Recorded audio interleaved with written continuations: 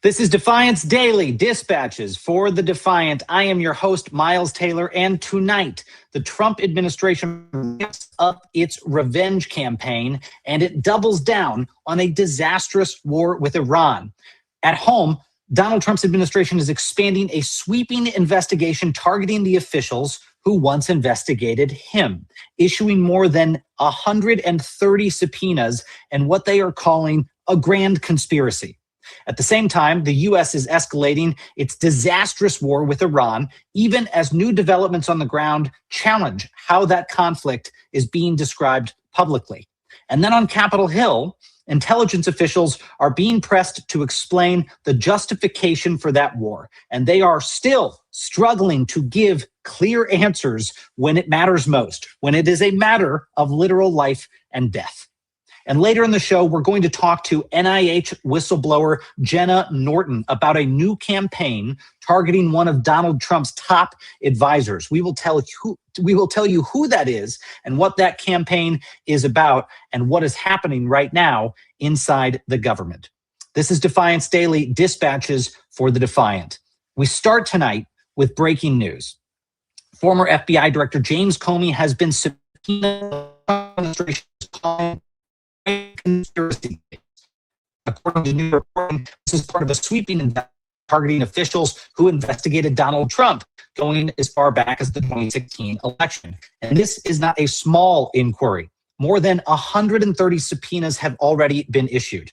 The investigation is now reaching into the highest levels of former U.S. intelligence officials, including former CIA Director John Brennan.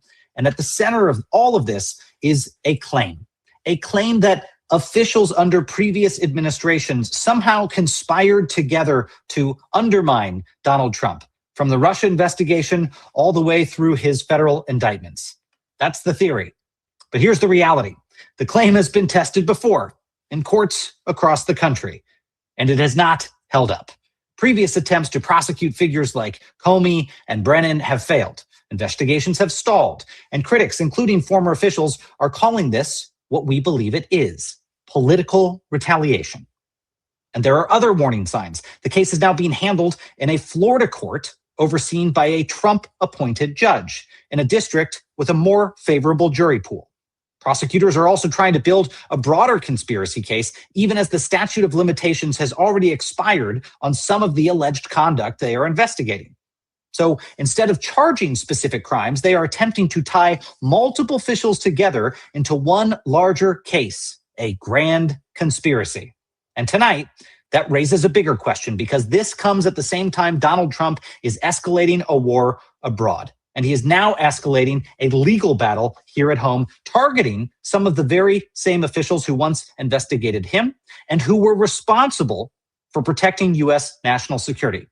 I'll note, many of those are officials who have come out and criticized his war with Iran. Now, of course, under investigation by the Justice Department. This is not just about this individual case. It is, of course, about a larger precedent being set by this administration. Whether the power of the federal government is now being used to go after political opponents is no longer in doubt.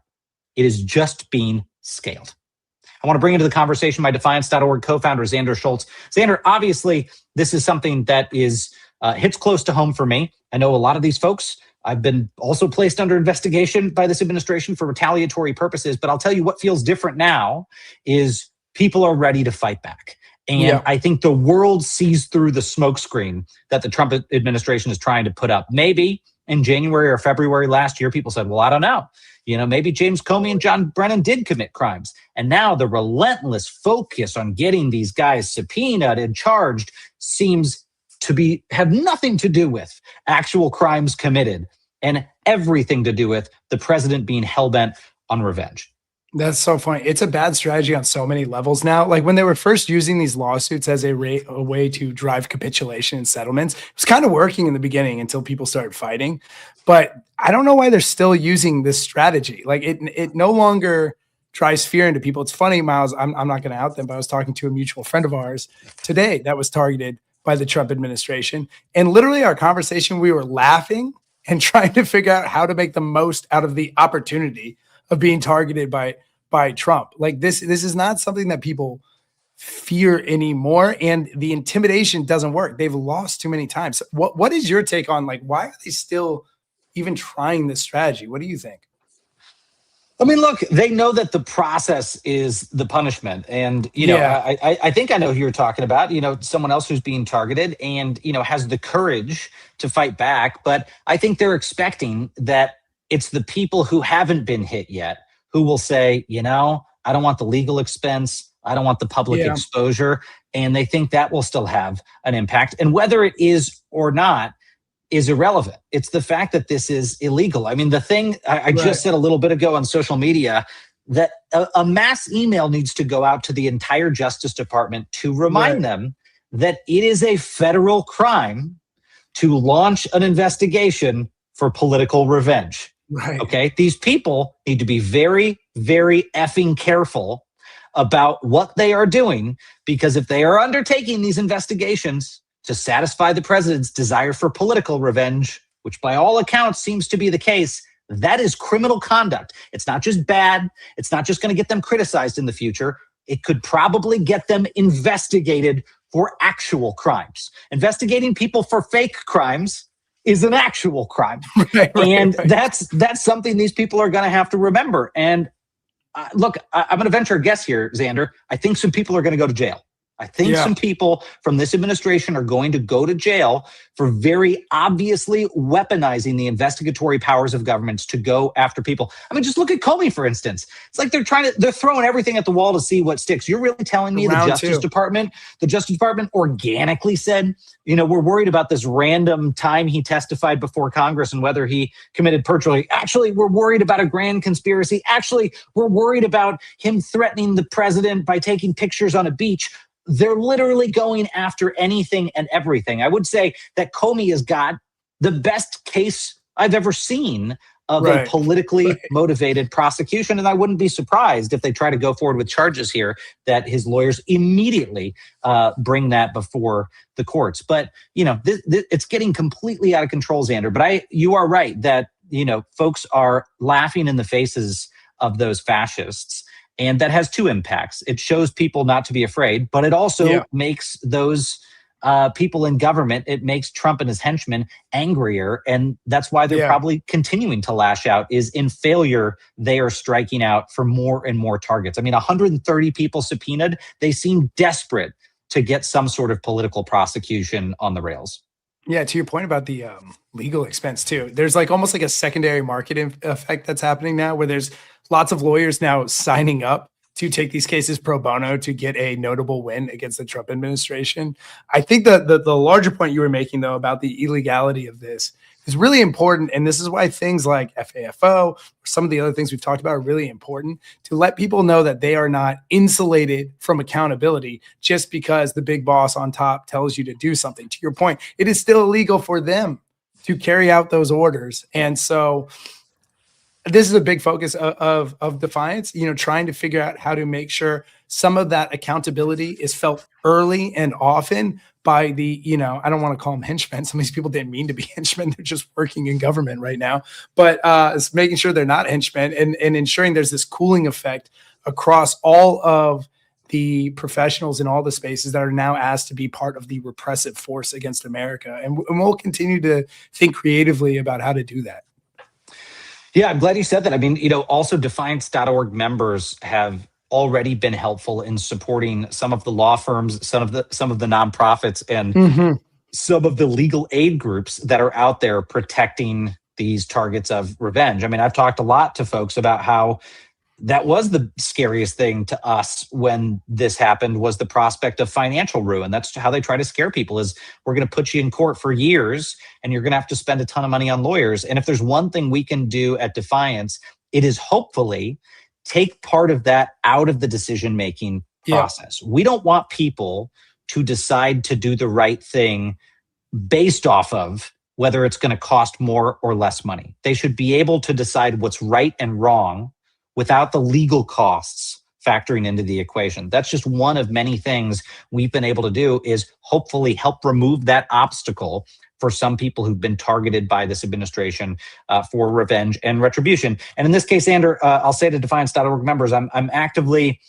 sending text messages and putting out feelers to see if any of those 130 people who've been targeted in this obvious revenge investigation need additional support. And if they do, we'll bring that back to our organization for consideration. Yeah, right on, man. This is another one. Let's put it on the whiteboard for tomorrow. We got a founders brainstorm tomorrow. We'll put it on the whiteboard. This is why we're here. Well, let me jump to the next story, X-Man. We turn now to a new development out of the war with Iran. We're going to go overseas and talk about how a U.S. F-35 fighter jet was forced to make an emergency landing after being struck by what officials believe was Iranian fire. The aircraft was flying a combat mission over Iran, and the pilot is reportedly safe, but the incident is now under investigation. If confirmed, this would be the first time Iran has successfully hit a U.S. aircraft in this war. And now there is video. Iran's Revolutionary Guard has released footage it claims shows the moment that the jet was hit. U.S. officials have not confirmed the authenticity of the video, but they have confirmed the incident itself, and it comes as the administration continues to paint a picture of a defanged Iran. Just hours earlier in the Oval Office, Trump described a battlefield where he said there was basically no resistance. The Navy, we've obliterated just about everything there is to obliterate, including leadership. Their Navy's gone, their Air Force is gone, their anti-aircraft equipment is gone. We're flying wherever we want, Pete. We have nobody even shooting at us. They have, and as you know, their leadership is gone. Their leaders are gone. They picked new leaders, they're gone. They picked new leaders, they're gone. And now they're looking for new leaders again. Okay, then why are we still there? Why are we still fighting if it's all done? If you've achieved all of the objectives and the airspace is clear and the battlefield is clear, why are we still there? Donald Trump's claims, though, are facing new scrutiny because even as the White House says there are reduced attacks and they're controlling everything, Iran is still striking across the region and with extraordinary consequences.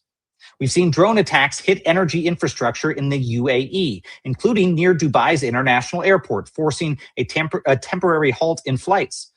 And just today, we had news that a key liquid natural gas refinery had been hit, something that officials say even if the war was stopped today, it will take months to get the processing and refinery capabilities back online. Months. So while Iran has taken losses, it is still able to strike back, and in a way that is dramatically affecting oil prices around the globe. And this incident, a U.S. fighter jet hit during a combat mission, underscores that reality. And the cost of this war is now coming into focus. The Pentagon is preparing to ask Congress for, get this, $200 billion for this war. Donald Trump acknowledged that request today, saying it is needed, quote, for a lot of reasons. Defense Secretary Pete Hegseth added that more funding could still be required, and some of that cost is immediate. The F-35 jet forced down after taking fire, one of them cost more than $100 million. But the impact is not just on the battlefield. It is hitting Americans here at home. And I want to put that number into context for a second. Pentagon wants $200 billion. Do you know how much money that is? That could fund the Department of Homeland Security for all 4 years of the Trump administration. That is almost 10 times as much money as what Republicans said was too expensive to expand healthcare subsidies for people here at home. Yet they want that $200 billion for a war they said would only last a few days or a few weeks and wouldn't be that expensive. Well, now it's more expensive than funding the third largest department in the federal government for 4 years or funding a 10-year extension of healthcare subsidies for Americans. And this is hitting Americans in other ways here at home, because since the war began, those gas prices I mentioned earlier have surged nationwide, rising from under $3 a gallon to close to $4 a gallon, with people predicting the number is just going to keep going higher the longer Donald Trump stays in the conflict. And today, The Israelis even said they would hold off on striking Iranian oil fields because they have panicked that the Iranians have the capability to take out refineries. Energy markets in general have gone into a panic because of Iran's ability to do that. And today, Trump addressed these gas price issues directly. And they said that was even more impossible than the Dow hitting 50. And we did that in 1 year. So it was all done. Everything was going great. The economy was great. Oil prices were very low. Gasoline was dropping to, I mean, we had $1.99, $1.85. We had great everything. And I saw what was happening in Iran, and I said, I hate to make this excursion, but we're going to have to do it. And I actually thought the numbers would be worse. I thought that it would go up more than it did.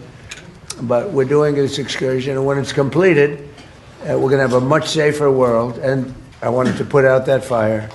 And I said, you know, if I do that, oil prices will go up, the economy will go down a little bit. I thought it would be worse, much worse, actually. I thought there was a chance it could be much worse. It's not bad, and it's going to be over with pretty soon. The president says it's not that bad. I will note that the headline today in the Financial Times was that this is the, quote, Armageddon scenario for energy experts. I'll say that again, the Armageddon scenario. People who actually understand the markets, people who actually understand the extractives industry, know that this is near catastrophic. And so do Americans who don't feel like it's not that bad. In fact, a new poll shows that more than 4 in 10 Americans now fear a total economic collapse within the next decade. Nearly half say the economy is already in serious trouble, and that anxiety is only growing as this war drives up energy costs, disrupts global shipping, and adds total uncertainty here at home, as those underlying prices start to affect everything in our society.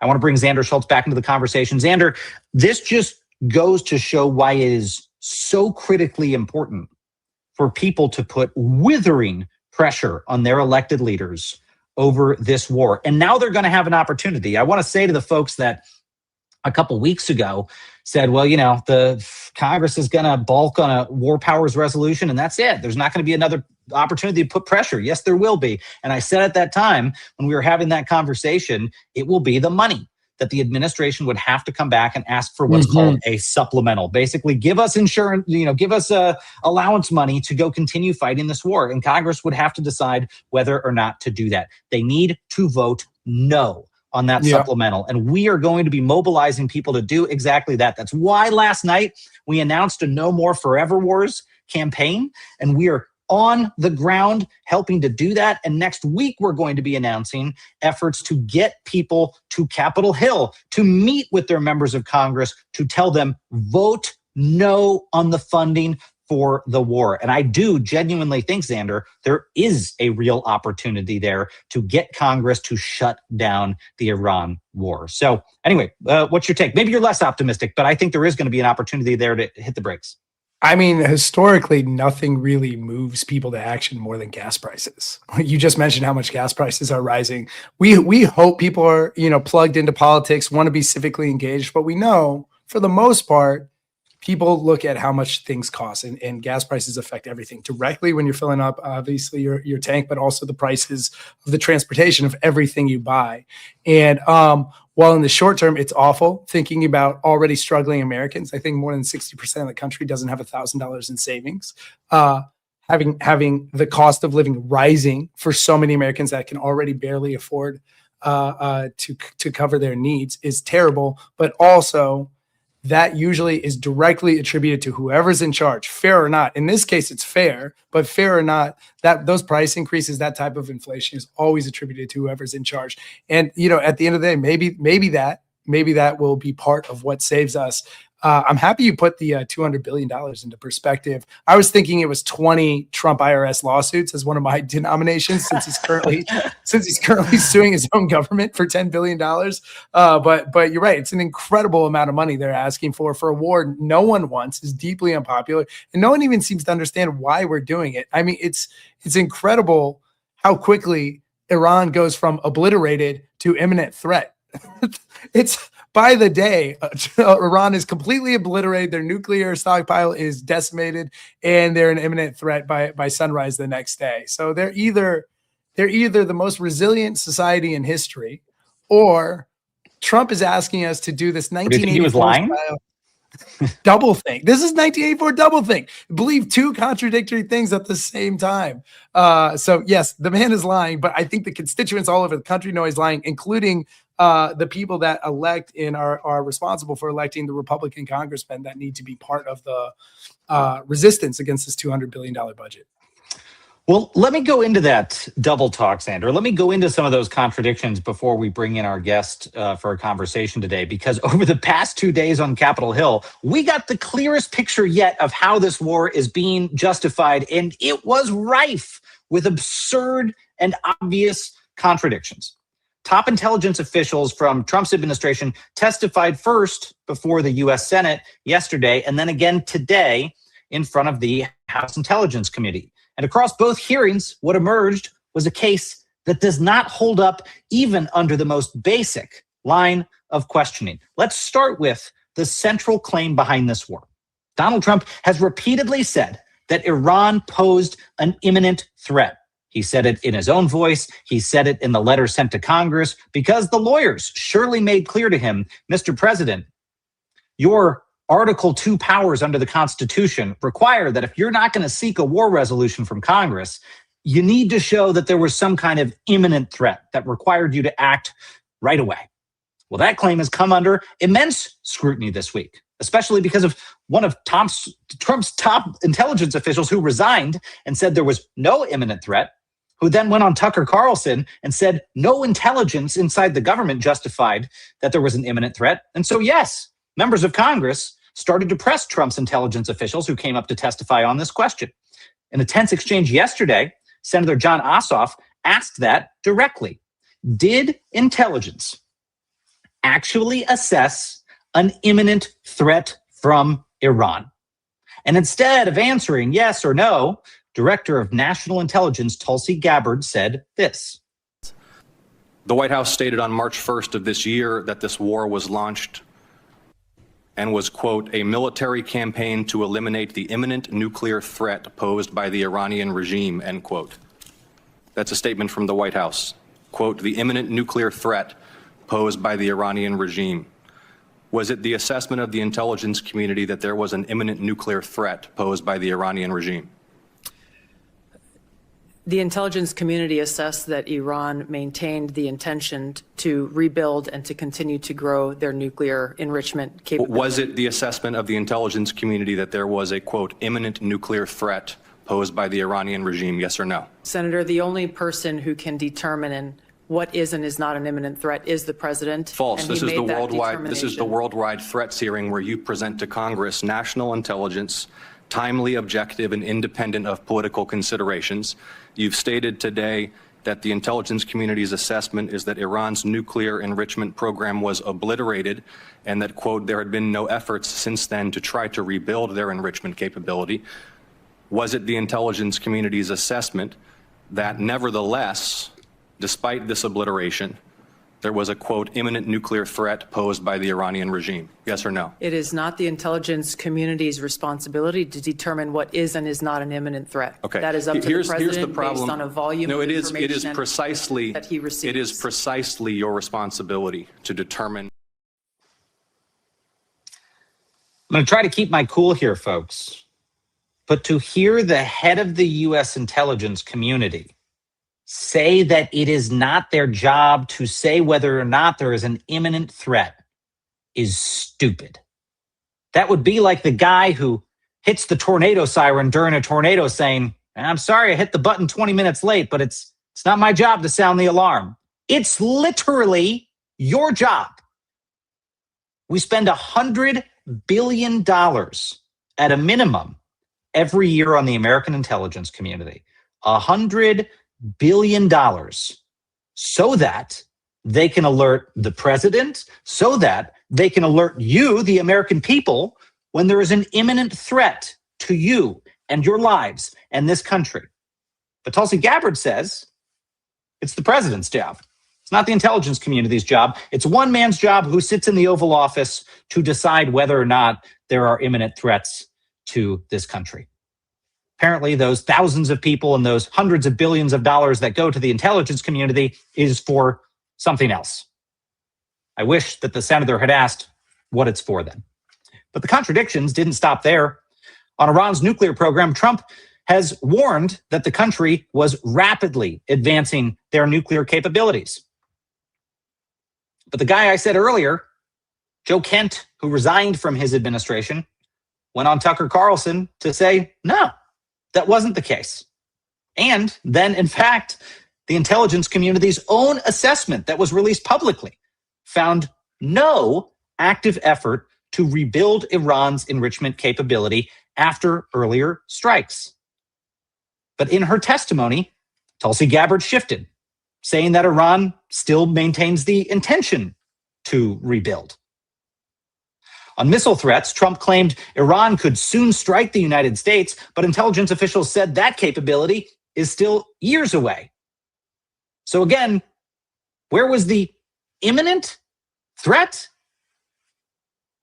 Gabbard and others had said, in the past, the intelligence community had assessed Iran was weeks or maybe months from a breakout nuclear capability. But as I've said before, Iran has been weeks or months from a breakout nuclear capability for 10 years. This is what politicized intelligence looks like. This is what people were worried about in a second Donald Trump term, that this kind of politicizing of intelligence could lead America into war. It could get Americans killed. Lawmakers also uncovered a split between the United States and its closest ally in this war, Israel, the country it started this war with.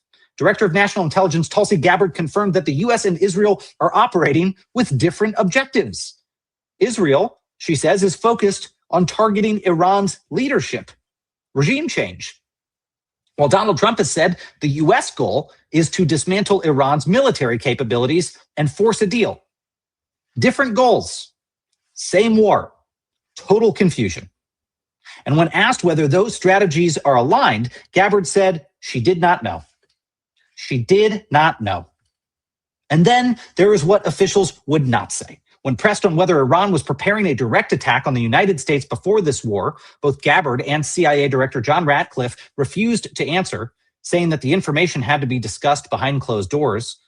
At the same time, Gabbard confirmed something else, that Donald Trump was fully briefed on the risks before launching this war, including the likelihood that oil and gas prices would rise. So the economic impact that Americans are feeling right now that we were just talking about was not a surprise. It was anticipated, and it was clearly swept aside. The tension extended beyond Iran because FBI Director Kash Patel was pressed on claims that non-citizen voting is a major national security threat. And yet, he could not provide basic numbers. Not how many cases have been prosecuted, not how many investigations into illegal voting are underway, even as that issue is now being used to push massive federal legislation that would change voting in America for generations to come. That tells you what the real numbers probably are. They're probably low, very low, if there are any such investigations even happening at all. And this raises a broader concern. Once again, that intelligence is being shaped around political priorities instead of the other way around. And that concern came into focus in one final moment. Tulsi Gabbard acknowledged that in her role, her views must be, in her words, checked at the door. I'm responsible. Do you still believe that war with Iran would be so costly and devastating that it would make our wars in Iraq and Afghanistan look like a picnic? Once again, in this role, it is essential that I do not allow any of my personal views on any issues to color or bias the intelligence reporting that we deliver to you and to the president.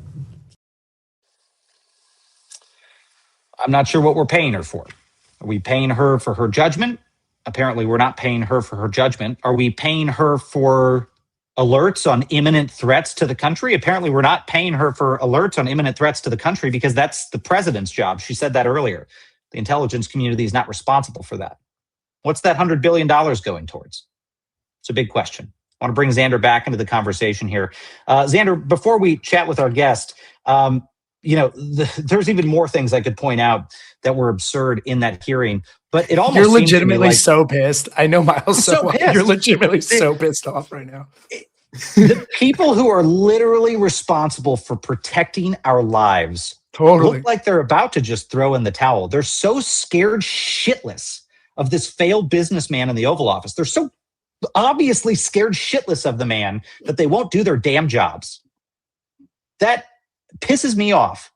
I'm sick of paying taxes to people who are doing Let that. them hear it, dude. Tell them. I'm just stop screwing around. What am I paying you for? I'm paying you to protect my wife and my daughter and my friends and my country. And you're not even doing that. And if you think this is the only example, the New York Times just reported the other week that they are literally careful not to tell the president what might upset him about the war. Give me a fucking break. Quit your jobs then if you're scared to tell him truth to power. This is absurd. Anyway. I'm happy I let it out. I knew you had more in you. I could see it in you, man. Go outside, Miles. Take a breather. I usually don't drop F-bombs on these. So, sorry for dropping the F-bomb on this one, guys. But I just, as you were saying that, you're like, too. Yeah. What is their job? I just asked Claude. I'm like, what is the job of the intelligence community? He said the core job is threat assessment, specifically identifying imminent dangers to American security before they materialize so decision makers can act. What is happening? The answers in a vacuum. It was insane, dude. Oh man. Do you think this was better? But they have time. They have time, Xander, to go prosecute James Comey. They're like, look, we can't focus on warning you about imminent threats, and that's not our job. But man, we really got to go get Comey. Yeah, that's what the American people care about right now. They don't care about gas prices. They just really want you to go get Comey. Give me a fucking break. We're in like some weird Super Mario where every level is go get Comey, despite there being so many actual problems we're facing. What was I going to say? My wife's going to tell me later. She's going to be like, you got to take a chill pill on the show. But you know what? Today I kind of like when you get fired up. I couldn't hold it back. This is like right now. I want to say to anyone who's a MAGA voter who probably stumbled into this podcast not knowing what they were listening to. I don't care how you voted. Yeah. Your taxpayer dollars are being urinated on by a bunch of losers. They're not doing the job that you asked them to do. This is just naked corruption and total incompetence, and it's putting people in danger. And service members are coming back in coffins for something that was totally unnecessary. Something that we all know, that woman who was saying that woman who was testifying, that woman who claims to be Director of National Intelligence doesn't even agree with, doesn't even believe in. Right. She didn't even have the courage to say that in the microphone, and apparently didn't have the courage to say it to the president either. Then quit your job and leave. That's why she's in the job. I think Joe Kent's a clown. I don't support him. I invested in against him in 2 of his congressional campaigns. You know what? It was still damn courageous for that man to resign in protest and say the truth out loud. It was. He's got anti-Semitic views. He's got views I don't agree with. I don't care. I'm going to call a spade a spade. It was courageous for him to go do what he did. And other people like Tulsi Gabbard need to go find that courage, or they need to find their way home and get out of that job. This is the value of hiring unqualified people, because they hold on to the job for life, because they know in a meritocratic world, there's no way they get that role. There's no way there's this powerful. There's no way this is important. But it's kind of a false power, right? The only reason you get to hold that job is you're not actually powerful. You're from the outside looking in, you seem powerful, but on the inside, and we can all now plainly see it, you're a puppet. Miles, do you rank this better or worse than the hearing where they asked where Antifa headquarters were, after describing Antifa as the most dangerous threat to America, worse than ISIS? I wish we had that clip queued up and we could just play it all the time. It's so reminiscent of that. Just to have that, so we can just call it out when the FBI sat there and said the number 1 terror threat to the United States is Antifa, and they said, okay, well, Benny Johnson said, well, where is it? If it's the number 1 threat, where are they located? Where is it? How many members are there? Have you arrested anyone? It's made up. It's made up, you guys. Made up. It's very simple. They're all scared of the boss. They're just, that's literally it. I served in that administration. I saw it. A lot of people were willing to push back then, but I saw the supplicants. I saw the people that were scared to go into the Oval Office, and I'll tell you what they did. They talked a real big game when we were in private meetings. We'd sit in the Roosevelt room before going into the Oval Office. They'd say, President can't do this, and he shouldn't do that, and he shouldn't do this. And then we'd go in there, and Donald Trump would berate them, and they would hunch over like little kids, and they would just take it. They would take the yelling, and they'd walk out, and they'd never push back. I'm sick of that cowardice, man. I'm sick of that cowardice. That cowardice is kicking this country's ass. Fuck yeah. And everyone else is too. I'm looking in the thread. Oh, my email. Hold on. I'm sorry. I forgot it. I had no new impeachable alert. Impeachable alert sign. I'm glad I always have Xander here to make me laugh. Xander's like, Miles, we can't. We can't. Well, we're already kicking their ass. I just thought, for the most part, you and I are actually pretty good at going, this is what's going on. This is how we take advantage of it. But because you're from the national security community, I could tell as you're reading the story how pissed you were getting as you were going through it. And so it's nice to hear you as someone from the inside that worked so fucking hard in the previous incarnation in that institution, see the clown show that it is now. It has to drive you nuts, man. That's driving me crazy, I'm sure. Here's what I want to do. I will say, the thing to make me feel better and the thing to make you all feel better is that the antidote to all of this is people who actually have the courage to stand up and do something. And we're going to speak to one of those. We're going to speak to someone who was not a supplicant, who was not willing to just roll over and do whatever the administration wanted. And that is Jenna Norton. She is joining us today. She is a health disparities scientist. She is the co-organizer of something called the Bethesda Declaration. We're going to talk about that.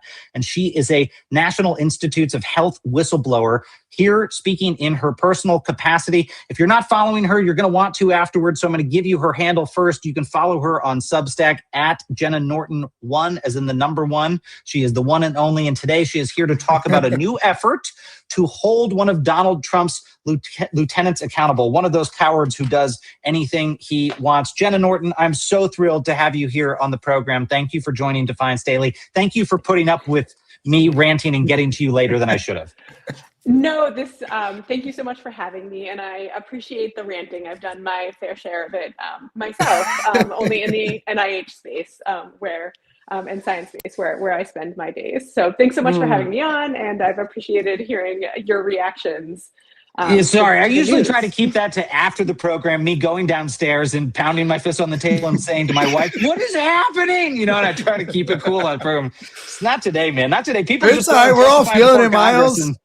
They're going sitting there saying, yeah, I'm just phoning it in, man. I'm just phoning it in. Anyway, but Jenna, I want you to tell folks who don't know about the Bethesda Declaration, because y'all got a lot of, you shined a light on a very important issue several months ago. And a number of folks who had left government said, no, we're not going to go quietly. I want you to talk to us a little bit about that before we talk about the campaign that you all are undertaking now.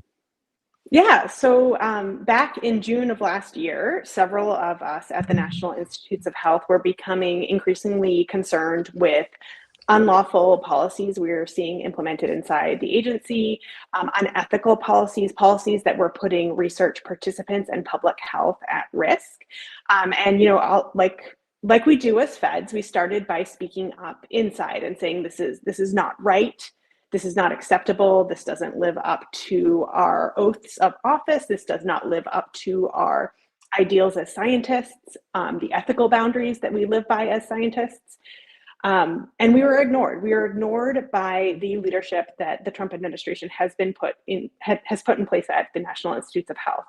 And so when our internal concerns weren't being acknowledged or addressed, we felt we had no option but to take them public. So the current director of the NIH, his name is Jay Bhattacharya, and he's famous for doing something called the Great Barrington Declaration, which was a public critique of prevailing public health policies around COVID. And so we sort of used his own tactic and did our own version of the Great Barrington Declaration, which we called the Bethesda Declaration, which is where the National Institutes of Health are located. And in that declaration, we highlighted some of these concerns that we'd been seeing at the NIH and asked Jay Bhattacharya, because of his belief in academic freedom, because of his railing against censorship, that we wanted to open up this scientific debate and bring these concerns to the public to be litigated. he did invite some of the signers to a roundtable to discuss the concerns, but he never acted on addressing any of them. And he also excluded several of the most public participants in the Bethesda Declaration, myself included, and I'm the one who sent it to him from that meeting. And then in November of this year, after I'd been continuing to speak up about these harms that are still going on inside the NIH, I was put on administrative leave in retaliation for speaking up. Jenna, I just want to say, I'm going to throw it to Xander for another question here. I just want to, can you hear me okay? No. Boop, boop, boop, boop, boop, boop, boop, boop. Sending messages into Jenna's computer. Boop, boop, boop, boop, boop, boop, boop. No? Dang, we lost her. I thought that might work. I thought if I did throw the backup carrier pigeon out there, Miles. Do we have that backup carrier pigeon? Usually when you do a badoop, boop, boop, boop, boop a couple of times, it fixes almost everything. Okay, all right. Yeah. There we go. Hey, Jenna. For some reason, when the camera changes, I seem to lose audio. I apologize for that. So I don't know. All right. So don't change the camera. New bug found in the broadcast. Oh no. Mercedes is literally inside the car right now, fixing the different devices. Our producer's a rock star. Jen, I was just saying before I threw it over to Xander, I really, really want to applaud you. For folks who don't know, I mean, there was nearly 400 of you, or sorry, I think it was 500 of you that signed the Bethesda Declaration. We're talking about people who were employed by the NIH. That's where they got their paycheck. This is June of last year. This is June of last year when everyone was still scared out of their minds inside and outside of government of Donald Trump. And 500 people in that institution signed this shot across the bow, knowing that this guy was on a retaliation spree, and you did it anyway. Jenna, I think what you guys did inspired a number of other federal employees to do the same. We saw the Katrina declaration from FEMA employees not long after that. We saw a number of different copycats. That sounds like a bad thing, but in a good way. You inspired people you inspired courageous copycats.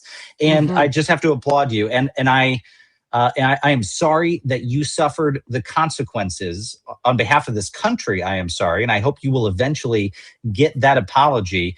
But I hope folks will thank you in the years to come for what you've done, because it was actions like you took and others took that helped us start to turn the tide last year from everyone just getting on their hands and knees and bracing for impact to standing up and shouting, no, we're not going to take it anymore. So anyway, I just want to say a big thank you for what you did there before I throw it over to my colleague, Xander. Yeah, I'm happy you said that, Miles. There's safety in numbers, but the reason we are able to have safety in numbers is because people like Jenna or Alex Preddy and Renee Good in Minneapolis stood up before there was safety in numbers and, sacrificed their careers, and in the case of Preddy and Good, their lives, to make sure more of us got involved, saw we could be involved, and motivated us. So I'm happy, you're able to say that to Jenna's face. Jenna, I'm reading a quote from your campaign. Russell Vought is the central architect driving the destruction of your government. Pretty provocative sentence. Can you tell us about the campaign and what you guys are doing to take on Russell Vought? Yeah, so he is a name that I think is way under-recognized in the general public for the amount of damage that he is doing to the government. So this guy is the top bureaucrat. He knows the ins and outs of the way the government works better than probably anybody else. I heard you guys talking about some of the sycophants that work in the Trump administration, and I think Russell Vought is not one of those. He is somebody who is actually a sort of mastermind behind the scenes, who is doing a lot of manipulation of the way the attack on the government. Elon Musk, I think, got a lot of attention and credit for Doge, but a lot of those ideas actually came from Russell. He has done something at the National Institutes of Health that is super wonky, this sort of budgeting trick that requires us to fund science up front. And what that has actually done is it has cut the NIH budget without cutting the NIH budget. Basically, because of this policy, NIH funded 24% fewer new research studies last year. And it was only implemented halfway through. But it's so wonky and it's so niche that people just, unless they're really paying close attention, they don't see it. And that's just that one agency. He is also the acting director of the CFPB, the Consumer Financial Protection Bureau. And there he is basically taking away the protection that average Americans have from large corporations, right? And so he is basically trying to destroy the CFPB to the detriment of the average American. And so he sort of works, though, behind the scenes. He doesn't like attention. He's been called the shadow president. And so for the amount of damage he has done and the amount of harm that he has done to the average American, we believe that he should be getting more attention, first of all, and also that he should be impeached. He should be removed from office because he is using his position as director of the Office of Management and Budget to do a huge amount of harm to everyday citizens. What a graphic. I'll say, Jenna, so it's an incredible graphic. That is quite the graphic. I used to work with Russ. I mean, I sat in a lot of meetings in White House conference rooms in the Oval Office with Russ. And, he literally lives up to your description in that, as shadow president, I mean, he'd sit there quiet in most of the meetings. But I'm also going to say something else about the guy. And I have very, very rarely gone after individuals that are not the president. My whole focus for the past 7 years since quitting in protest was to focus on the one man elected, and he's the ultimate one responsible. He's the one hiring all these people. But we also do need to shine a light on the folks who are undertaking this destruction willingly. These are not people anymore behind the scenes saying no or trying to keep Donald Trump from doing things that are illegal. They are facilitating a lot of these lawless activities, the activities that judges across the country have struck down and in many cases have said are unconstitutional.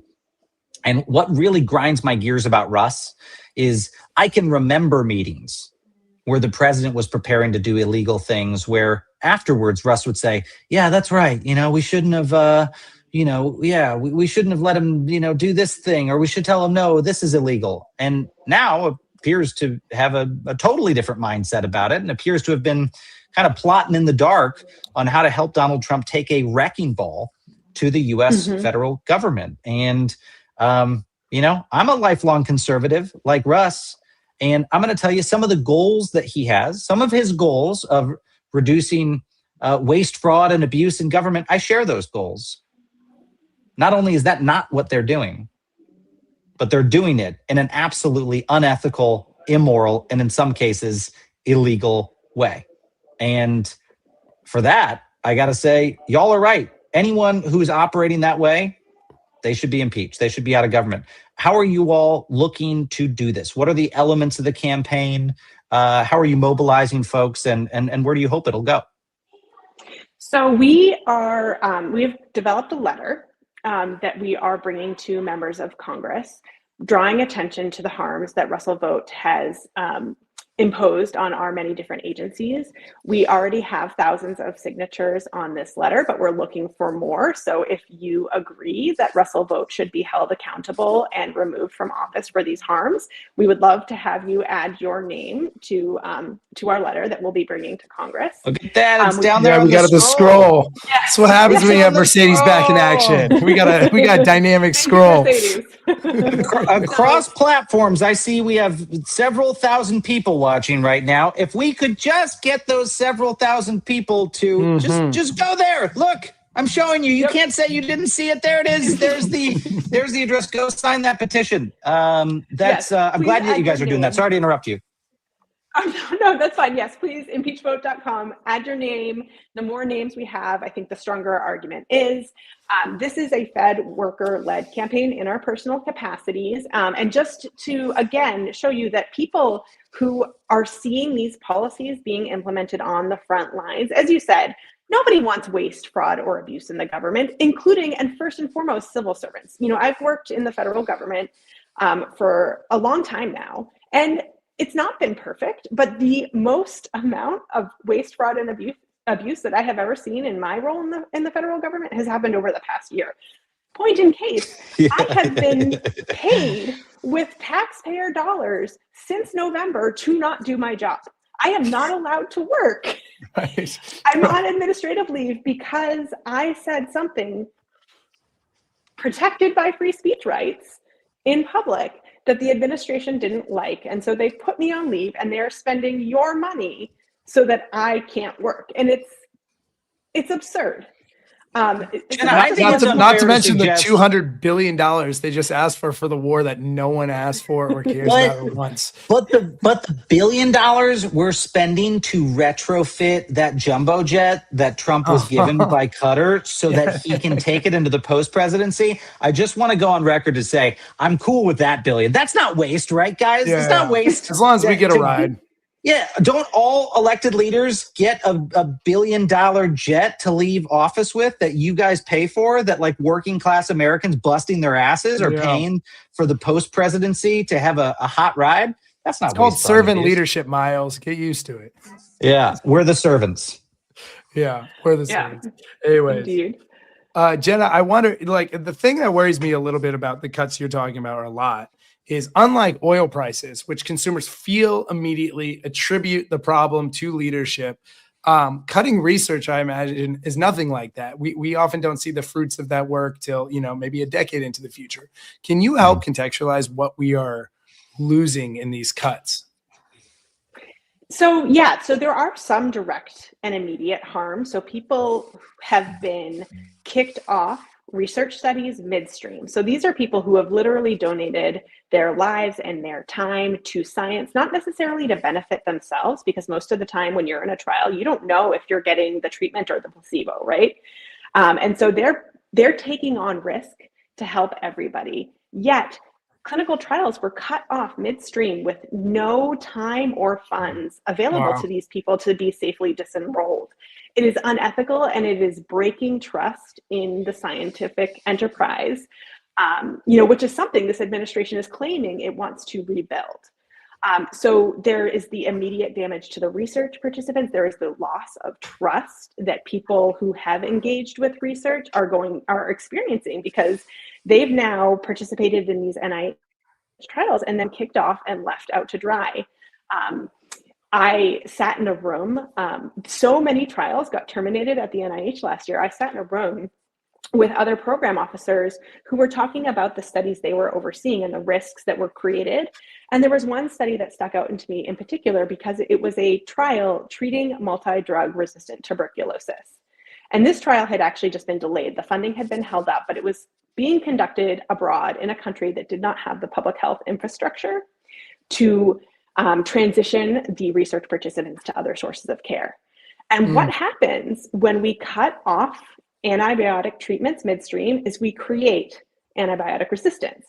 So here we are, by policy, risking the development of a superbug because of these short-sighted policies. And anybody who does this type of research could have told you about that risk. And in fact, these are the types of risks that myself and others at NIH were screaming about to our leadership and being ignored, that made us go public in the first place. So the risks could be very immediate. And we also have these long-term consequences, right? So because of that multi-year funding policy that I mentioned earlier that comes from Russell Vought, we are funding less research, which means that we're squeezing the research workforce, particularly young scientists who are going to be the people who come up with the cures in the future. They're going to leave science, they're going to go abroad. An article just came out in Stat this morning talking about the number of young scientists who are leaving the United States.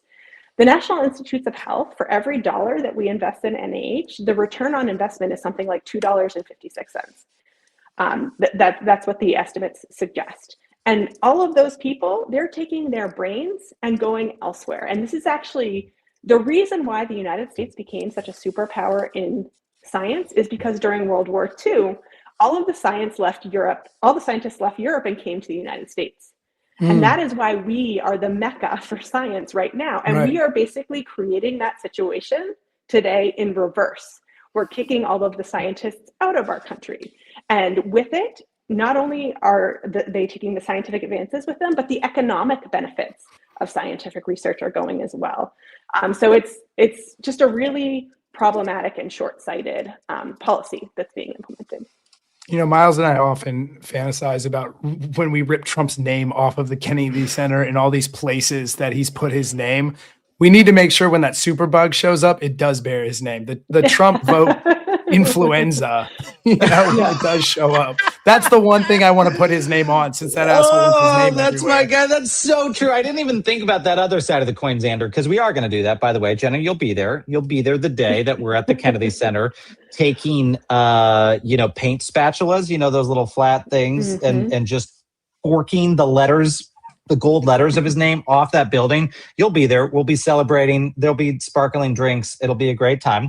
But yeah, Xander, anything bad that happens after that? Obviously, the Trump Great Recession is coming up. The Trump influenza. We're going to have to make sure that we continue his legacy. We can't completely erase the legacy. We just have to correct the legacy and have the right thing. And Jenna, I'm a numbers guy. I want to put more numbers on this because I'm a recovering appropriator. I used to be on the budget committees over on Capitol Hill.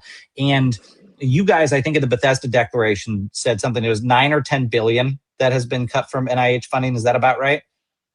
Yeah, and I think that was last June. It's only grown bigger. I don't have the number. I'm going to be honest at my fingertip of what the latest. I bet it's gotten bigger. So let's just stick with that number. Let's just stick with 9 or 10 billion dollars in cuts from NIH. All right, from the people who say they've got to cut the government to save you money.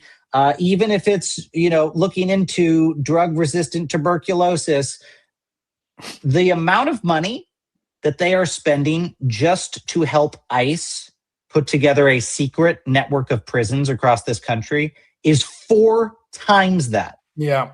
Okay, so they're telling you they're cutting money. They're not cutting money from this government. This is becoming a huge, bloated government. Like I said, the money that they claim to have saved on science by cutting critical science, they're going to go spend 4 times that much to create secret prisons in your towns for their deportation plan. And those are priorities. They didn't really recoup that money. A lot of that money had already been invested in research studies that will now never be complete. So when you fund a $5 million study and you cut it 4 years in, you don't save that last $1 million that you didn't award. Right. You wasted the $4 million that you sunk into that study that will now never complete. So the savings, as small as they are in comparison to the amount of money that we're sinking into the Iran war and into DHS with ICE, not only is it small, but it's actually not even really saving money. It's just the appearance of saving money. And so it is all a ruse and a complete and total waste for hardworking Americans who are, spending their time and their money and effort, and all that's going to the government for nothing. What's the path to victory with this vote activation? How do you see it playing? Like, how do we actually, is the goal even to get all the way there? Are we organizing people? And is this an education campaign into what's going on? Or do we think we can actually get this guy out of there? Break down what victory looks like here. Yeah, I think we recognize that impeachment is a big goal. And I think members of Congress have been very hesitant to go towards impeachment. But even if we don't get all the way there, I do think the conversation and the fight is worthwhile. First of all, Russell Vought is a shy guy, and he does not like attention, from everything I understand. Miles, you can confirm that since you know him. But that's correct. I think he deserves to have some infamy for the harm that he is causing and some accountability. And so even if it is even if we don't get all the way there to impeachment, we are still we're trying him in the court of public opinion, if you will. And I think his actions need to be made visible.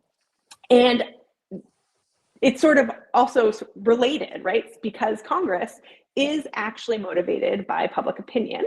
And so if we can convince Americans that Russell Vought is not good for them, that then also helps us convince Congress that Russell Vought is not good for Americans. And so the two go together. But I think really we want to make sure his name is brought into the light. We do not think that members of our government should be allowed to operate in the shadows. And that is where Russell Vought has been operating, doing this harm without any attention on him. And so, we are kind of, as civil servants, having front row seats to the damage that he is doing. We are kind of seeing it upstream, as you suggested earlier, like with research consequences. Those might not hit the American public immediately, But they will, and we can see that coming because of this nearer term seat that we have. And so we're trying to just get out there and warn the public about the source of many of these harms. I think Russell Vought is the mastermind. I mean, he's the guy behind Project 2025, which is the origin of a lot of these policies, where they stemmed from. Well, Jenna, I know we have to let you go, but I do want to say I urge people to go to the website. It's still on the scroll there. And, you know, this is just the beginning. This is the beginning because not only are you guys focusing on Russ Vought, but there are a lot of conversations about the other enablers around Donald Trump and shining a light on them. And, you know, we've gotten to that phase, and I think it's an important one to be in. I just want to say thank you for all that you've done, for the bravery that you've shown. I really mean that. And I hope you'll come back and keep us updated on this. In the meantime, Jenna, please remind folks where they can follow you and your efforts. Yeah, so I'm on Instagram at JM Norton. I am on Blue Sky, also at JM Norton. I am on Substack at Jenna Norton-1. She almost got JM Norton on Substack, but it was taken. I actually bought it. I'm trying to flip it to her later. You jerk. You're squatting on that domain. I know. But yeah, I have been trying to share the harms that we've been seeing. You know, I'm not seeing them directly anymore because, again, I'm on administrative leave. But many of my colleagues are still inside the NIH. They're still seeing the censorship of research that's going on there, the exclusion of racial and ethnic minority groups from research, the exclusion of people from underserved backgrounds from research. That is all still happening at NIH, and we want folks to be aware of that. Dang. Keep up the good work, Jenna. We love you, man. Keep it going. We're here to support you. Can't wait to have you back and hear about all the progress you made. Thank you. Thanks for coming, my friend. Cheers. Love it. That helped make me feel better to talk to Jenna. That was good. We all needed that. I was going to lease out with you on the program before you went to dinner with the family. We were going to hit two. You'd be like, hey, man, you good? Really proud of her and what they're doing. It's awesome. It's awesome. That's amazing. I've loved seeing hundreds of civil servants standing up and doing the right thing and not being intimidated. You made such a good point, though. There's a difference between doing the right thing in February 2026 and doing the right thing in February 2025. You know, like it's nice. It's nice now that like we're like when people were scared of Trump, because it does feel like we're moving past it. There was a moment where it was legit terrifying to do what Jenna did. And we shouldn't forget, as I see more kind of mainstream people and maybe even like elites, you know, from join the fight, we should remember there's a difference in character between the people who join in a March 2025 and a March 2026. And Jenna was one of those people that were leading then. Well, I'm going to take us into our final segment of the day. As always, Xander, it is who is joining the Defiance. And I recognize that we're in overtime. I've got to jump shortly, but I want to make sure to tell you who's joining the Defiance. It may not be your cup of tea. I mentioned him earlier, but we're going to talk about that because we're looking at someone today who is inside the administration, another person inside of government speaking out. But unlike Jenna, this was a political appointee of the president, someone that you wouldn't think would join the Defiance. And that is who you read about earlier this week, former National Counterterrorism Center Director Joe Kent. As we reported earlier, he resigned this week over the war with Iran and is now publicly breaking with Donald Trump's justification for it. Now, to be clear, Joe Kent is a far-right figure with a history of pushing conspiracy theories and associating with extremist voices. He is someone that I invested 2 years into trying to sink his congressional campaign. He's not someone we platform or elevate typically. But I'm telling you this, like I said earlier, his resignation and what he is saying now matters. And he's another example of why it's never too late to do the right thing. And it shows something bigger. It shows that there are cracks inside of Donald Trump's own coalition. That is, people are resigning in protest and saying the war with Iran was a war of choice, not necessity. The war with Iran did not have to do with an imminent threat. And in a new interview with Tucker Carlson, Kent said that key voices inside the administration were shut out before the decision to go to war. And he directly challenged that core claim behind this war. Take a look. Was Iran on the verge of getting a nuclear weapon? No, they weren't, 3 weeks ago when this started. and they weren't in June either. I mean, the Iranians have had a religious ruling, a fatwa, against actually developing a nuclear weapon since 2004. That's been in place since 2004. That's available in the public sphere. But then also we had no intelligence to indicate that that fatwa was being disobeyed or it was on the cusp of being lifted. Love to see that.